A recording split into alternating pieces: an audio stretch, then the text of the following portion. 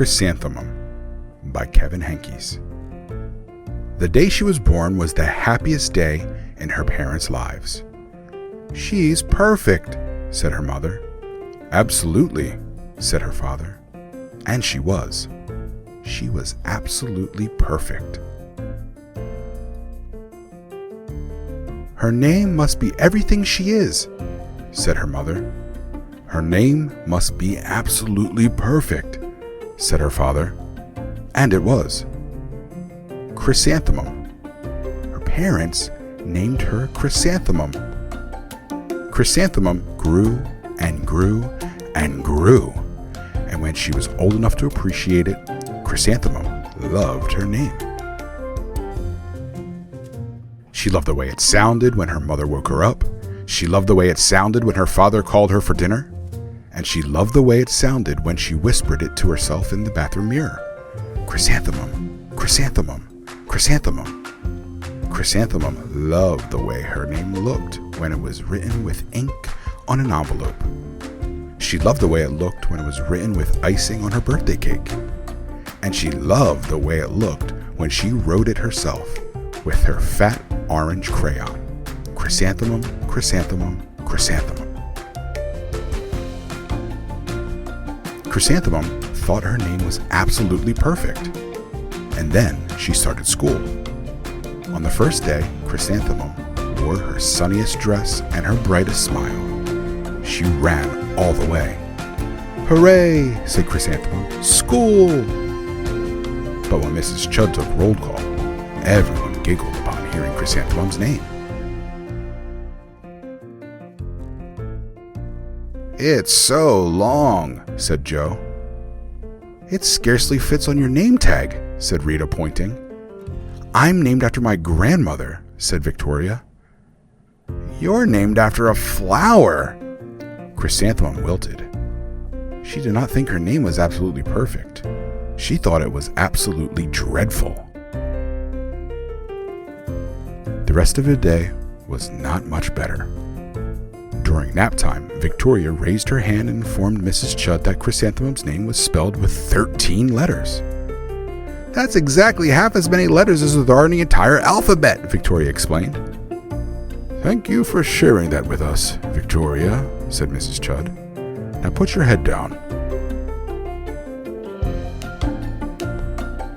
"If I had a name like yours, I'd change it," Victoria said, as the students lined up to go home. "I wish I could," thought Chrysanthemum miserably. "Welcome home," said her mother. "Welcome home," said her father.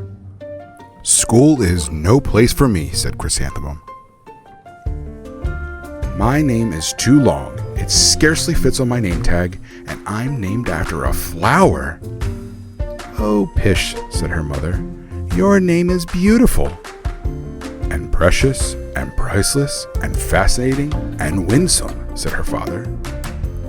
"It's everything you are," said her mother. "Absolutely perfect," said her father. Chrysanthemum felt much better after her favorite dinner, macaroni and cheese with ketchup, and an evening filled with hugs and kisses and parcheesi. That night, Chrysanthemum dreamed that her name was Jane. It was an extremely pleasant dream. The next morning, Chrysanthemum wore her most comfortable jumper. She walked to school as slowly as she could. She dragged her feet in the dirt. "Chrysanthemum, Chrysanthemum, Chrysanthemum," she wrote. "She even looks like a flower," said Victoria as Chrysanthemum entered the playground. "Let's pick her," said Rita, pointing. "Let's smell her," said Joe. Chrysanthemum wilted. She did not think her name was absolutely perfect. She thought it was absolutely dreadful. The rest of the day was not much better. During nap time, Victoria raised her hand and said, "A chrysanthemum is a flower. It lives in a garden with worms and other dirty things." "Thank you for sharing that with us, Victoria," said Mrs. Chud. "Now put your head down."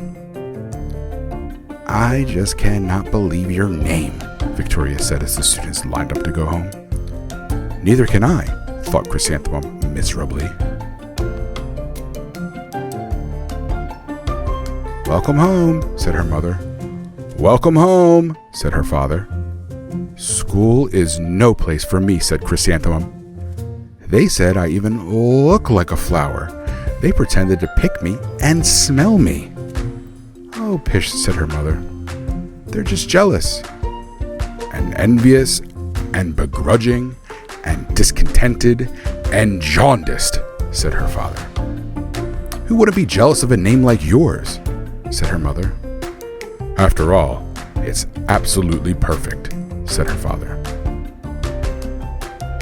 Chrysanthemum felt a trifle better after her favorite dessert, chocolate cake with buttercream frosting, and another evening filled with hugs and kisses and parcheesi. That night, Chrysanthemum dreamed that she really was a chrysanthemum. She sprouted leaves and petals. Victoria picked her and plucked the leaves and petals one by one until there was nothing left but a scrawny stem. It was the worst nightmare of Chrysanthemum's life. Chrysanthemum wore her outfit with 7 pockets the next morning. She loaded the pockets with her most prized possessions and her good luck charms. Chrysanthemum took the longest route possible to school. She stopped and started at each and every flower. "Chrysanthemum, chrysanthemum, chrysanthemum," the flower seemed to say. That morning, the students were introduced to Mrs. Twinkle, the music teacher. Her voice was like something out of a dream and was everything else about her. The students were speechless. They thought Mrs. Twinkle was an indescribable wonder. They went out of their way to make a nice impression. Mrs. Twinkle led the students in scales. Then she assigned roles for the class musical. Victoria was chosen as the dainty fairy queen. Rita was chosen as the spiffy butterfly princess. Joe was chosen as the all-important pixie messenger. And Chrysanthemum was chosen as a daisy. "Chrysanthemum's a daisy! Chrysanthemum's a daisy!" Joe, Rita, and Victoria chanted, thinking it was wildly funny. Chrysanthemum wilted. She did not think her name was absolutely perfect. She thought it was absolutely dreadful. "What's so humorous?" asked Mrs. Twinkle. "Chrysanthemum," was the answer. "Her name is so long," said Joe. "It scarcely fits on her name tag," said Rita, pointing. "I'm named after my grandmother," said Victoria. "She's named after a flower." "My name is Long," said Mrs. Twinkle. "It is?" said Joe. "My name would scarcely fit on the name tag," says Mrs. Twinkle. "My name is Long," said Mrs. Twinkle. "It is?" said Joe.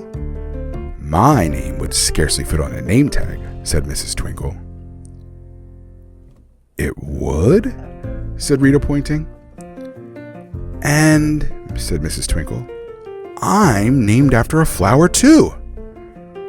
"You are?" said Victoria. "Yes," said Mrs. Twinkle. "My name is Delphinium. Delphinium Twinkle. And if my baby is a girl, I'm considering Chrysanthemum as a name. I think it's absolutely perfect." Chrysanthemum could scarcely believe her ears. She blushed. She beamed. She bloomed. Chrysanthemum, chrysanthemum, chrysanthemum. Joe, Rita, and Victoria looked at Chrysanthemum longingly. "Call me Marigold," said Joe.